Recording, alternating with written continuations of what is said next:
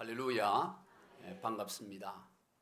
근본 하나님이신 예수님께서는 우리를 죄와 사망에서 구원해 주시기 위해서 십자가상에서 우리를 대신하여 피 흘려 죽으셨습니다.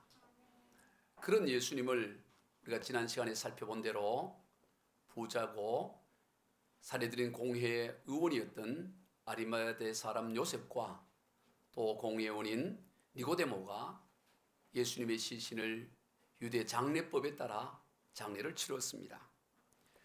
유대인의 무덤은 우리와 달리 굴을 파서 그 안에 시신을 안장하고 굴 입구에 큰 바위를 갖다 놓습니다. 예수님은 그렇게 장사를 지낸 바 되었습니다. 그리고 이틀이 지나 사흘째 되는 날이 되었습니다. 그날은 안식 후 첫날인 오늘 우리가 주일로 지키는 주일입니다. 그날 이른 아침에 아직 동이 트기 전에 어둑어둑할 때 이 막달라 마리아를 비롯한 몇몇 여자들이 예수님의 무덤으로 달려갔습니다.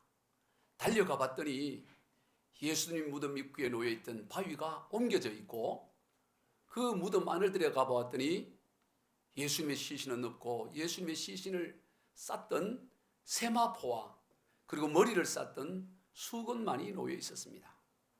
그 모습을 본 막달라 마리아는 망연자실했습니다. 왜냐하면 누군가가 예수님의 시신을 훔쳐갔다고 생각했기 때문입니다. 도무지 누가 예수님의 시신을 훔쳐갔을까? 큰 충격을 가지고 막달라 마리아는 제자들이 머물러 있는 집으로 달려갔습니다. 가서 제자들에게 그 사실을 알려줬더니 제자 가운데 하나인 베드로가 또 그리고 다른 한 제자가 그 소식을 듣고 예수님의 무덤으로 달려갔습니다. 그런데 역시 예수님의 무덤에 가봤더니 예수님의 시신은 없고 예수님의 시신을 쌌던 세마포와 머리를 쌌던 수건만이 놓여 있었습니다. 다들 큰 충격을 받았습니다. 도대체 왜 이런 일이 일어났을까? 누가 도대체 이 예수님의 시신을 훔쳐갔단 말인가? 무슨 목적으로 훔쳐갔을까? 요즘처럼 무슨 대학 병원이 있어서 의대생들을 위해서 시신 해부용으로 그래 훔쳐가지도 않았을 것인데 아무리 생각해도 예수님의 시신이 왜 없어졌는지 알 수가 없었습니다. 그래서 그 두 제자는 큰 충격을 가진 채 다시 집으로 돌아왔고 그러나 막달라 마리아와 몇몇 여자들은 집에 가지도 않고 그 무덤 앞에 서서 울면서 또 무덤 속을 들여다보고 울고 계속 그렇게 울고 있었던 것입니다. 여러분, 이러한 이 두 제자와 이 막달라 마리아의 이런 모습이 여러분 눈에는 어떻게 보입니까? 지금 이들이 큰 충격에 의해 그 어찌할 바를 몰라 하고 눈물 흘리고 있는 모습이 정상적이라고 이렇게 할 수가 있겠습니까? 그렇지 않습니다. 정상적인 모습이 아닙니다. 오히려 정반대의 모습을 띄어야 합니다. 무덤 안에 예수님의 시신이 없는 것을 알게 되었다면 감동의 충격을 받아야 하는 것입니다. 슬픔이 아닌 기쁨으로 놀라워했어야 합니다. 할렐루야를 외쳐야죠. 정말 예수님이 부활하셨구나. 내가 긴가민가 했는데 정말 예수님이 말씀하신 대로 예수님은 부활하셔서 예수님은 그리스도시다. 예수님은 하나님이시다라고 그렇게 목 놓아 외쳐야만 그게 오히려 정상적인 모습입니다. 왜냐하면 앞서 예수님께서 여러 번에 걸쳐서 고난을 당하시고 결국 죽으시사 장사 지낸 바 된 뒤에 사흘 만에 다시 살아날 것을 반복해서 말씀을 했었기 때문인 것입니다. 그러므로 그 말씀을 들었던 제자들은 당연히 예수님의 무덤이 비어있는 것을 보고 기뻐하고 감사하고 소리치고 예수님이 부활하셨다고 그렇게 외쳐야 될 터인데 그 주님의 말씀이 저들이 기억나지 않고 그 말씀을 알고 믿지를 못했기 때문에 지금 빈 무덤 앞에서 저렇게 절망하고 있는 것입니다. 오늘 보면 9절입니다. 시작. 그들은 성경에 그가 죽은 자 가운데서 다시 살아나야 하리라 하신 말씀을 아직 알지 못하더라. 예수님은 반복해서 다시 살아나야 할 것을 말씀하셨음에도 불구하고 그 누구도 알지 못하고 믿지도 못했던 것입니다. 그러니 충격을 받고 지금 울고 힘들어하는 것이죠. 인간적으로 생각해 보면 충분히 이해가 되기도 합니다. 그러나 이것은 신앙의 모습은 아닙니다. 하나님이 기뻐하는 모습은 아니에요. 불신앙입니다. 성도 여러분, 오늘 우리들의 신앙생활 가운데서도 이러한 모습이 있지는 않습니까? 틀림없이 하나님을 사랑하고 또 하나님을 위해서 어떤 희생과 헌신할 각오도 준비되어 있지만 또 그렇게 헌신도 하지만 막상 하나님의 말씀을 믿지 못함으로 말미암아 하나님의 말씀이 성취된 그 현장 가운데서도 오히려 더 낙심하고 두려워하고 불안해하고 있지는 않느냐 하는 것입니다. 지금 막달라 마리아와 두 제자는 예수님의 말씀이 성취된 부활의 현장 가운데 있는 것입니다. 그런데 하나님의 말씀을 믿지 못하니까 절망하고 낙심하는 것처럼 오늘 우리의 인생 가운데서도 하나님의 말씀이 성취되는 현장 가운데 있음에도 불구하고 더 놀라운 하나님의 역사가 시작되는 그 자리에 있음에도 불구하고 하나님의 말씀을 믿지 못함으로 절망하고 낙심하며 원망하고 불안해하고 있지는 않느냐 하는 것입니다.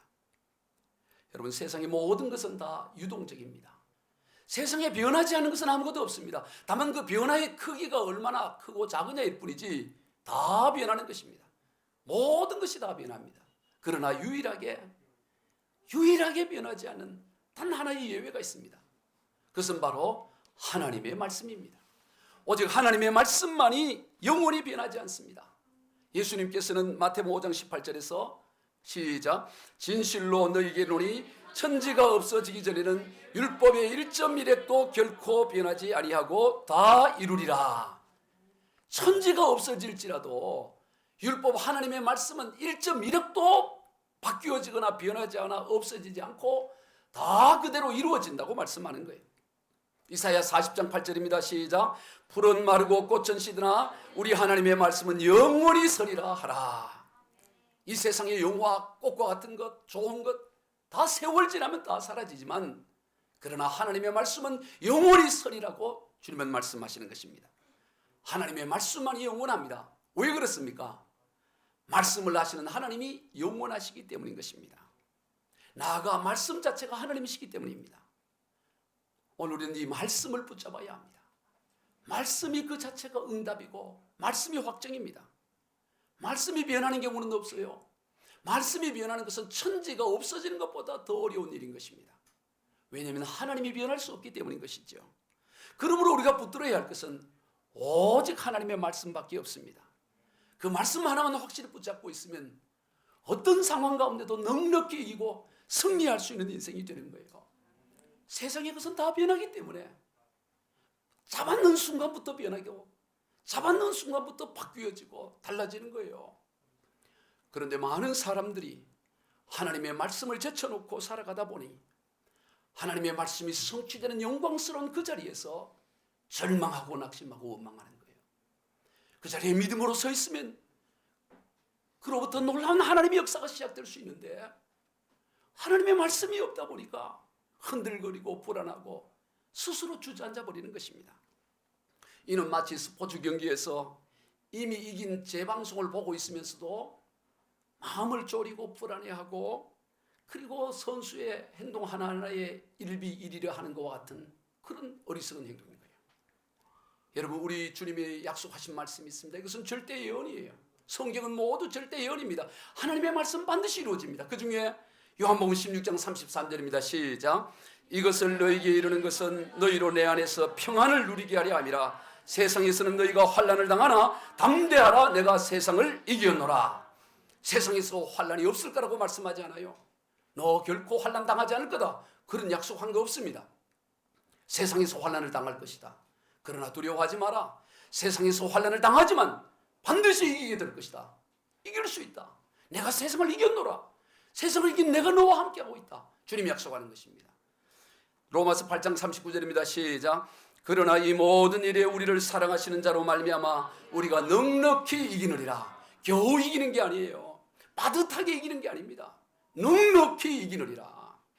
우리가 하나님의 약속의 말씀 붙잡고 있으면 세상의 어떤 문제 가운데서도 넉넉히 이기는 삶을 살 수가 있는 것입니다. 막달라 마리아의 삶과 믿음을 살펴보고자 합니다. 비록 그녀는 예수님께서 죽으시고 사흘 만에 부활하실 것에 대한 믿음은 없었지만 예수님을 향한 사랑은 남달랐습니다. 이 막달라라는 말은 이름이 아니고 지명입니다. 마을 이름입니다. 이 막달라라는 것은 작은 마을이에요. 갈릴리 해변 서쪽에 있는 가버나움에서 약 5km 떨어져 있는 조그마한 마을입니다. 막달라 출신의 마리아예요. 그녀는 과거 7 귀신이 들려서 처참하게 모든 것이 다 무너지고 정신도 영혼도 육체도 다 그냥 다 무너진 그런 삶을 살았습니다. 그러니 7 귀신이나 들어서 살 수가 없는 거죠. 요즘 우리가 귀신 들린 사람들 잘 못 보지만 제가 어릴 때만 해도 귀신이 들려서 막 미쳐서 돌아다니는 사람들이 많았어요. 막달라 마리아가 그런 거죠. 그러니 그가 스스로 예수님을 찾아갈 수도 없었습니다. 예수님께서 막달라 마리아를 만나주신 것입니다. 그러시고 예수님께서는 막달라 마리아에는 7 귀신들을 명하여 내어 쫓아버렸습니다. 그러자 그때부터 이 막달라 마리아는 완전히 새로운 인생이 된 거예요. 예수님을 기점으로 역사가 AD와 BC로 나누어지듯이 이 막달라 마리아의 인생이 완전히 예수님을 만남으로부터 그의 인생은 나누어지기 시작했습니다. 완전히 새로워졌어요. 고린도후서 5장 17절입니다. 시작. 누구든지 그리스도 안에 있으면 새로운 피조물이라. 이전 것은 지나갔으니 보라 새 것이 되었도다. 이전 것이 지나가고 새 것이 되는 새로운 인생으로 바뀌어져 버렸습니다. 그녀는 그 후에 그 주님의 은혜에 감사하여 언제나 주님을 가까이 하는 삶을 살았습니다. 늘 주님 가까이에 있었습니다. 그가 가진 것들로 가진 것이라 얼마나 있었겠습니까? 그가 가진 것으로 주님의 그 공생의 사역을 섬겼습니다. 여러분, 예수님이 사역을 행하실 때 돈을 두둑히 들고 하신 것이 아니었습니다. 빈손이었습니다. 그래서 예수님께서는 여우도 굴이 있고 공중에 나는 새도 보금자리가 있지만 인자는 머리 둘 곳이 없다라고 하죠. 즉 빈털털이라는 거예요. 아무것도 없다는 거예요. 그러면 예수님께서 공생의 사역 가운데 제자들만 해도 12명이고 그들이 먹는 것 쓰는 것 얼마나 많은 경비가 들겠어요. 그러면 그런 경비와 그런 물품은 다 어디서 구했을까요? 예수님께서 그때마다 기적을 행해서 돈이 생기게 하고 빵이 생기게 하고 먹을 것이 생기게 하고 옷이 생기게 해서 그렇게 해서 사역을 한 게 아니었습니다. 전혀 그러지 않았습니다. 어떻게 예수님은 그런 그 모든 물품들을 채워가며 그 사역을 할 수가 있었을까요? 바로 이 막달라 마리아를 비롯한 그 은혜 받은 자들의 섬김을 통해서였던 거예요. 그 대표적인 이름이 막달라 마리아입니다. 누가복음 8장 1절로 3절입니다. 시작. 그 후에 예수께서 각 성과 마을에 두루 다니시며 하나님의 나라를 선포하시며 그 복음을 전할새 12 제자가 함께하였고 또한 악귀를 쫓아내심과 병 고침을 받은 어떤 여자들 곧 7 귀신이 나간 자 막달라인이라 하는 마리아와 헤롯의 청지기 구사의 아내 요한나와 수산나와 다른 여자가 함께하여 자기들의 소유로 그들을 섬기더라. 자기들의 소유로 그들 즉 12 제자를 비롯한 예수님을 섬겼다는 것입니다. 막달라 마리아는 받은 은혜가 너무나 크기에 그 은혜에 감사하여 섬김의 자리로 헌신의 자리로 배품의 자리로 나갔던 것입니다. 자신의 모든 재산으로 주님을 섬겼습니다. 그러나 실상 당시 예수님으로부터 은혜를 받은 사람이 이 막달라 마리아와 소수의 여인들밖에 없었겠습니까? 그렇지 않습니다. 수많은 사람들이 예수님으로부터 은혜를 받았지만 저들은 섬김의 자리로 헌신의 자리로까지는 나가지 않았습니다. 극히 소수의 사람들만이 그러한 자리로 나갔습니다. 막달라 마리아는 주님의 은혜에 감사하여 그냥 귀신 들려 그렇게 살다 끝날 그런 인생, 그렇게 그 처참하게 끝날 인생이었는데 주님 만나 새로운 인생 되어 그 감격 때문에 한시도 주님을 떠날 수 없었고 주님이 계신 곳이라면 어디라도 있었고 거기서 뭐라도 섬겼고 하다못해 설거지라도 하고 뭐라도 하면서 어떻게든 그 받은 은혜에 보답하고자 그렇게 헌신을 했던 여인이에요. 주님이 계신 그곳이라면 한시도 떠나려고 하지 않았습니다. 심지어 예수님께서 십자가상에서 죽음을 당하시는 그 현장에도 막달라 마리아는 있었습니다. 요한복음 19장 25절입니다. 시작. 예수의 십자가 곁에는 그 어머니와 이모와 글로바의 아내 마리아와 막달라 마리아가 섰는지라. 예수님이 십자가에서 죽어가는 그 현장 가운데 있을 때도 제자들도 다 떠나가 버렸지만 별의별 능력과 기적을 경험하고 치유를 받은 수많은 사람들도 다 떠나가 버렸지만 이 막달라 마리아는 거기에 서 있었던 거예요. 그리고 예수님이 장례를 치를 그때도 아리마대 사람 요셉과 니고데모가 장례를 치는 그때도 함께 있었습니다. 마태복음 27장 59절 이하입니다. 시작. 요셉이 시체를 가져다가 깨끗한 세마포로 싸서 바위 속에 판 자기 새 무덤에 넣어두고 큰 돌을 굴러 무덤 문에 놓고 가니 거기 막달라 마리아와 다른 마리아가 무덤을 향하여 앉았더라. 막달라 마리아는 이처럼 받은 은혜 앞에 감사하여 언제나 비록 주님이 시신이 되고 죽어서 장사 지내는 모든 것이 이제 다 끝나버리는 그 현장을 또 그는 떠날 수가 없었던 거예요. 바로 그런 막달라 마리아에게 부활하신 주님께서 제일 먼저 만나 주셨습니다. 부활하신 주님을 만난 첫 번째 인류의 사람은 바로 이 막달라 마리아였습니다. 제자들도 아니고 부유한 사람도 아니고 이 막달라 마리아가 처음 부활하신 주님을 만났고 부활하신 주님을 만났다고 세상 가운데 제자가들 가운데 증거했던 것을 보게 됩니다. 여러분, 무엇이 그녀로 하여금 이런 영광스러운 삶에 이르게 했을까요? 물론 첫째는 전적인 주님의 은혜이죠.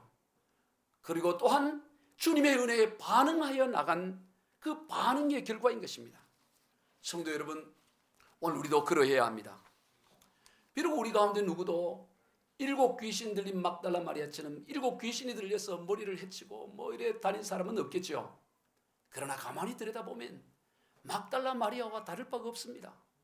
오늘 저와 여러분들도 여전히 우리가 사실은 돌아보면 이 세상 풍조를 따르고 이 불순종의 영계 가운데 하나님을 거부하고 우리의 인생이 그렇게 살았던 것입니다.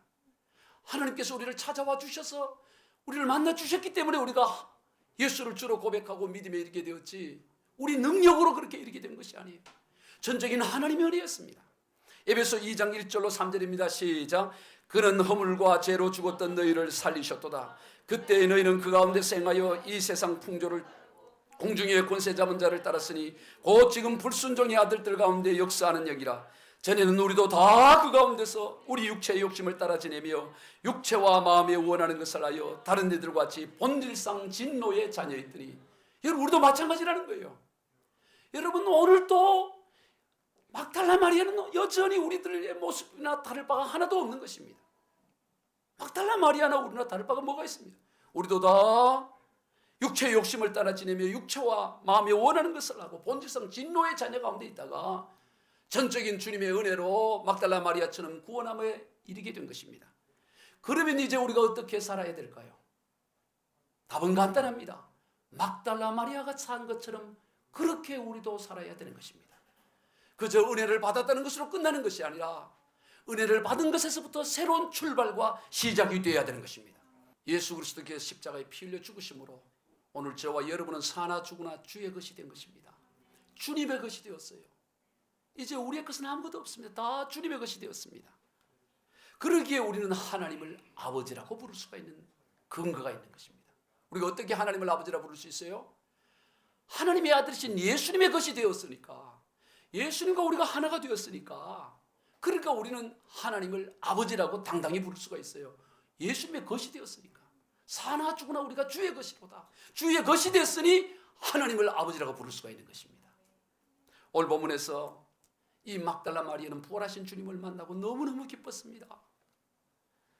마리아라고 부르고 뒤를 돌아봤더니 주님이 부활하신 거예요. 깜짝 놀라서 얼마나 기뻤던지 주님을 잡는 거예요. 마치 엄마를 잃었던 아이가 엄마를 만나고 나서 엄마를 잡고 놓지 않는 것처럼 예수님을 붙잡고 그냥 놓지 않고, 그러니까 주님이 말씀해요. 마리아야, 손을 놔라. 나는 이제 하나님 아버지께로 올라가야 한다. 너는 가서 이 부활의 복음을 전해라. 그렇게 말하는 거예요. 그러면서 예수님께서 하나님 아버지에 대해서 내 아버지 너희 아버지, 내 하나님 너희 하나님이라고 소개해요. 우리 오늘 보면 17절입니다. 시작. 예수께서 이르시되 나를 붙들지 말라. 내가 아직 아버지께로 올라가지 아니하였노라. 너는 내 형제들에게 가서 이르되 내가 내 아버지 곧 너희 아버지, 내 하나님 곧 너희 하나님께로 올라간다 하라 하시니, 하나님을 어떻게 말씀합니까? 내 아버지가 너희 아버지야. 내 하나님이 너희 하나님이야. 내가 그리로 올라가. 그 말씀을 하는 거예요. 예수님은 그를 믿는 우리를 향해서 예수님과 우리의 관계를 포도나무와 가지의 관계로 요한복음 15장에서 말씀하십니다. 포도나무와 가지, 이것이 예수님과 우리의 관계입니다. 그러나 가만히 생각해 보면 포도나무와 가지는 한 몸입니다. 가지가 없는 포도나무가 없고 포도나무 없는 가지는 포도나무가 아니에요. 포도나무와 가지는 하나인 것입니다. 이처럼 예수님과 우리는 한 몸이라는 것입니다. 예수님은 우리를 그의 몸으로 여기시고 동일하게 여기고 계시는 거예요. 하나입니다. 예수님과 우리가 하나예요. 그래서 예수님께서 하나님 아버지를 아버지라 부를 수 있듯이 오늘 우리도 하나님을 아버지라 부르고 하나님을 나의 아버지, 나의 주님, 나의 하나님이라고 하는 것입니다. 그러므로 이제 우리가 어떻게 살아야 되겠습니까? 이제는 더 이상 죄의 종이 아닌 하나님의 아들 그리스도 안에서 왕노릇하는 인생을 살아가는, 예수님 같은 삶을 살아가는 것입니다. 소속과 신분이 달라졌습니다. 더 이상 우리의 연약함에 매이지 않습니다. 막달라 마리아는 과거 7 귀신이 들려서 사람 이하의 취급을 받고 살았지만 예수님을 만나고 예수님의 소속이 되고 예수님의 것이 되고 하나님을 아버지라 부르는 그런 인생이 되었을 때 더 이상 과거의 그 어두운 것은 조금 더 그에게 영향을 끼치지 못했습니다. 조금 더 거기에 매이지 않았습니다. 그런 담대하게 예수 그리스도의 복음을 전하는 부활의 증인으로 살아갑니다. 오늘 보면 18절입니다. 시작. 막달라 마리아가 가서 제자들에게 내가 주를 보았다 하고 또 주께서 자기에게 이렇게 말씀하셨다 이르니라. 막달라 마리아는 부활의 소식을 전하는 증인이 되었습니다. 그러니 사람들이 그 막달라 마리아의 그 전하는 소식을 듣고 다들 그 심쿵둥하게 들었어요. 헛소리를 듣습니다. 저 여자가 말이지 7 귀신이 들려서 돌아다니더니 뭘 또 죽은 예수가 살아났다고? 참 또 미쳤는가 보네. 또 정신이 말짱해 가더니 또 귀신 들렸는가. 그렇게 여기는 거예요. 왜냐하면 부활의 대응을 믿을 수 없으니까. 그 막달라 마리아가 전하는 것을 믿지는 않는 것입니다. 심지어 처음에 이 사도들도 믿지를 않았어요. 사도들도 막달라 마리아가 부활하신 주님을 만나고 나서 주님이 부활했다고 그러니까 헛된 소리 하지 마라 그래요. 자, 누가복음 24장 11절입니다. 시작. 사도들은 그들의 말이 허탄한 듯이 들려 믿지 아니하나. 허탄하게 들린 거예요. 헛소리 하는 줄을 들었습니다. 그러나 막달라 마리아는 세상이 뭐라고 하든지 거기에 매이지 않고 그가 만난 예수 그리스도를 증거하는 부활의 증인이 돼요. 사도들에게만 전한 것이 아니라 모든 믿지 않는 모든 세상을 향해 그의 생명을 다하는 날까지 예수님의 부활의 복음의 소식을 전하는 부활의 증인이 되는 것을 보여요. 예수님께서는 여러 번 말씀하셨듯이 죽음 바 되었다가 부활하시고 다시 살아나셨습니다. 주님의 말씀, 하나님의 말씀은 말씀하신 그대로 반드시 이루어집니다. 세상의 모든 것은 다 변하고 유동적이지만 영원하신 하나님의 말씀은 1.1획도 변함이 없이 반드시 이루어지고 성취되어집니다. 그러므로 우리가 붙들어야 될 것은 하나님의 말씀인 것입니다. 하나님의 말씀을 붙드는 인생은 천하의 어떤 것도 두려워하지 않습니다. 어떤 상황이 있을지라도 말씀 붙든 자를 이길 수 있는 상황은 없습니다. 넉넉히 이길 수가 있습니다. 그리고 막달라 마리아처럼 우리는 예수 그리스도가 우리의 삶의 중심이 되고 주님이 거하는 곳이라면 어디나 거하는 예수님 자신이 우리의 목적이 되는 삶이 되어야 되는 것입니다. 그저 받은 은혜가 그저 감사하고 그리고 그 은혜를 잊어버리고 은혜가 흘러가는 것이 아니라 주님의 은혜가 우리 가운데 머물러 있도록 헌신의 자리로 나가고 섬김의 자리로 나가서 그 은혜가 더 큰 은혜로 우리 가운데 머물러 있도록 해야 되는 것입니다. 막달라 마리아처럼 말입니다. 왜냐하면 오늘 우리들도 막달라 마리아처럼 그런 인생들이었기 때문이죠. 오늘 우리도 전적인 하나님의 은혜로 죄와 사망에서 벗어나고 어둠의 권세에서 벗어나 하나님의 자녀가 되었기 때문인 것입니다. 우리는 주님의 소속이 되었고 주님의 것이 되었습니다. 그러므로 우리는 우리 주님이 그러하셨듯이 하나님을 아버지라 부르고 나의 하나님이라고 부를 수가 있게 되고 이제 우리는 더 이상 죄의 종이 아니라 그리스도 안에서 왕노릇하는 인생이 되었습니다. 막달라 마리아처럼 말입니다. 우리 모두 그러한 인생들이 다 되시길 주 예수 그리스도 이름으로 축원드립니다.